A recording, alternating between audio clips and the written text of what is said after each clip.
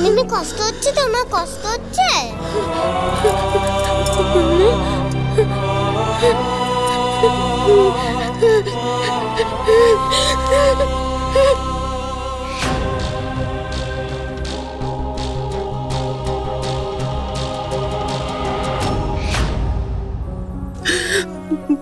মাম্মা, sorry, sorry, আমার ভুল হয়ে গেছে, আমায় ক্ষমা করে দে মামা। তাহলে আমি ঠিক ভেবেছিলাম দুষ্টু করলে তাকে পানিশমেন্ট পেতেই হয়। খড়িমাসি বলতো কেউ নিজে ভুল বুঝলে তাকে ঠাকুর ক্ষমা করে দেয়।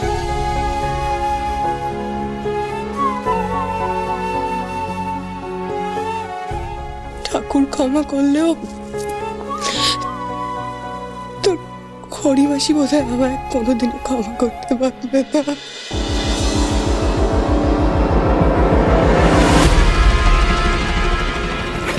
কি ঠিক আছে? তুমি তোমার সবকিছু বুঝে নিয়েছো তো? আমাকে আর ব্ল্যাকমেল করার চেষ্টাও করবে না। এ কি, তোমার সাথে তো আমার ডবল সম্পর্ক। তুমি একদিকে আমার মেজো মামি, আবার পিসিও বটে। তোমাকে আমি ডবল ক্রস করবো? নেভার। এই যে টাকার ব্যাগ নিয়ে আমি বেরোবো, ফর এভার। আদিওস আমিগোস। রাহুল,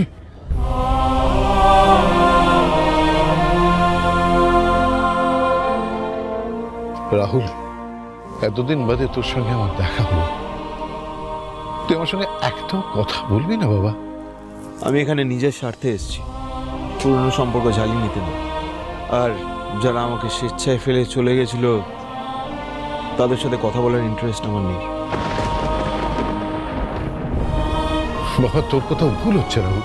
আমি তোদেরকে ফেলে চলে আসিনি। হ্যাঁ, তখন আমার টাকার প্রয়োজন ছিল, পেয়ে গেছি। এইসব এক্সকিউজ শোনার মতো সময় বা ইন্টারেস্ট কোনোটাই আমার নেই। আর বাকি হিসেবটা আমি পরে বুঝলাম।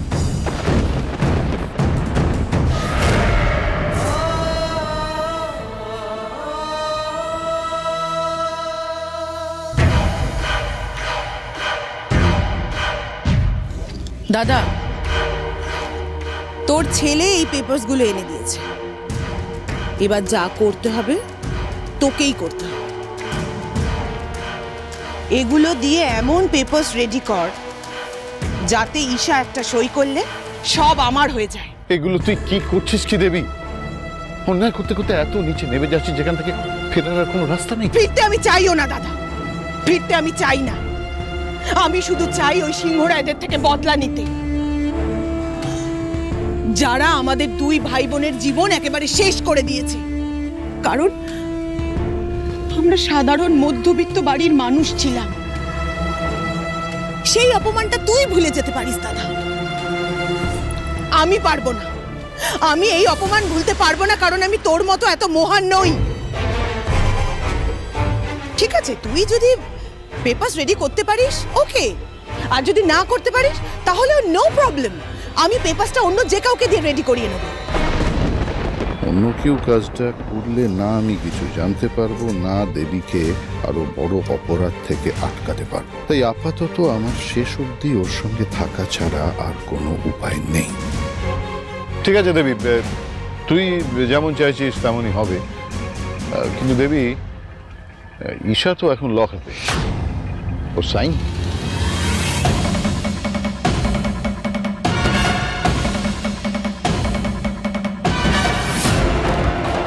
ওকে লকআপ থেকে বের করার ব্যবস্থা হয়ে গেছে দাদা।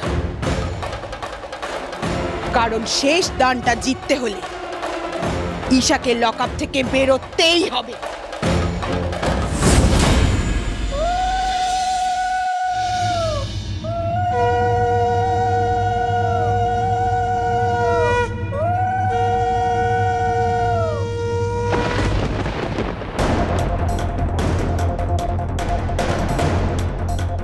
সিংহরায় জুয়েলার্স জুয়েলার্সের উত্তরাধিকারী ঋদ্ধিমান সিংহ রয় এই মুহূর্তে গাঁটছড়ায় বাধা পড়তে চলেছেন তার দীর্ঘদিনের বান্ধবী তানির সঙ্গে। অপরদিকে ডিস ডায়মন্ডের এমডি ঈশা সেন, যিনি কিনা দীর্ঘদিন সিংহ রয় বাড়ি এবং জুয়েলার্সের মালিকানা দাবি করে এই বাড়িতেই ছিলেন, তার সঙ্গে বিয়ে হতে চলেছে ডক্টর মৈনাকের। ঘটনা সূত্রে জানা যাচ্ছে ঈশা সেনকে গতকাল রাত্রে তার মেহেন্দি অনুষ্ঠান চলাকালীন পুলিশে জিজ্ঞাসাবাদের জন্য থানায় নিয়ে গেছেন। এখন প্রশ্ন হচ্ছে, ঈশা সেনের বিয়ে কি তাহলে আজ হচ্ছে না? দাদা ভাই, এটা কখনো শুনেছিস যে বউ ছাড়া একাই গায়ে হলুদ হচ্ছে? আমি বলি কি মইনা, তুমি না বরং বিয়েটা লকআপে গিয়ে সেরে নাও। What the hell do you mean? মা যখন গেছে তখন ঈশাদিকে ঠিক নিয়ে আসবে। বনি কথা দিয়েছিল সবটা সামলে নেবে, তাহলে এখনো কোনো খবর নেই কেন ওদিকে? আমি জানি তুই ঈশার জন্য টেনশন করছিস, তবে চিন্তা করিস না। উকিল বাবু, পেপারসটা দিন। ম্যাডাম, এসবের আর কোনো প্রয়োজন নেই। অফিসার ভট্টাচার্য নিজেই ঈশা সেনকে বাড়ি যাওয়ার অনুমতি দিয়ে দিয়েছেন। আপনি ওনাকে নিয়ে যেতে পারেন। ঈশা, ও ঈশা, মা আমার, তুমি ঠিক আছো তো মা? তোমার কোনো অসুবিধা হয়নি তো? এখানে কেউ তোমাকে হ্যারাস করেনি তো? বলো না মা, তুমি ঠিক আছো তো মা? হ্যাঁ, এই তো মা, আমি এসে গেছি। তুমি আর একদম চিন্তা করবে না, তোমাকে এক্ষুনি বাড়ি নিয়ে যাবো, 1 সেকেন্ডও এখানে থাকতে দেবো না। তুমি চিন্তা করো না মা, বুঝেছো? তোমার ভালো মা এখনো বেঁচে আছে। তোমার গায়ে কাউকে 1 ফোঁটা আঁচড়ও কাটতে দেবে না।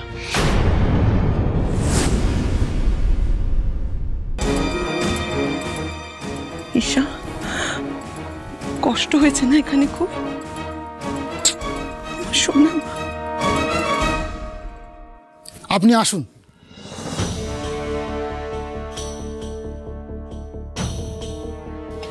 ম্যাডাম, আমি প্রথম দেখলাম সমস্ত প্রমাণ থাকা সত্ত্বেও একজন ক্রিমিনালকে আপনি ছেড়ে দিলেন। আসল ক্রিমিনাল অবধি পৌঁছাতে তোকে ছাড়তেই হতো বীর। আর তাছাড়াও আমি তো এখন নিশ্চিতভাবে জানি যে ওই আমার মেজদি। তাই আমার মেজদি যে এরকম কোনো অন্যায় করতে পারে না, এই ব্যাপারে আমি নিশ্চিত। এবার শুধু মেজদিকে ওর নিজের আসল পরিচয়টা খুঁজে বের করতে হবে। আমি জানি একমাত্র ওই পারবে আসল অপরাধীকে সবার সামনে নিয়ে আসতে। চলো এবার, চলো এসো।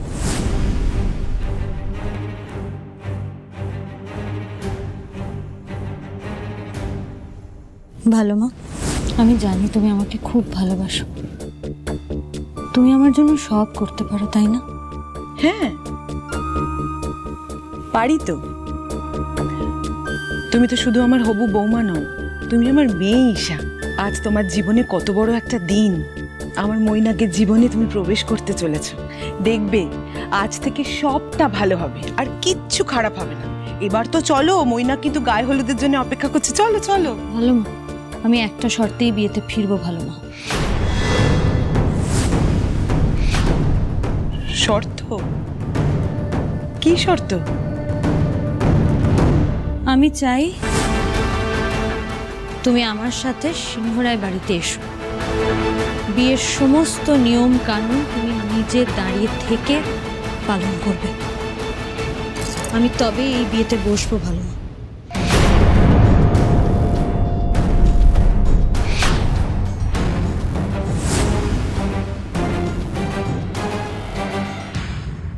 তোমার হাতে হাতে রেখেছি, মন দিয়ে মন ঢেকেছি, প্রেম আশাতে মেঘ ভাসাতে স্বপ্ন উড়ে যায়।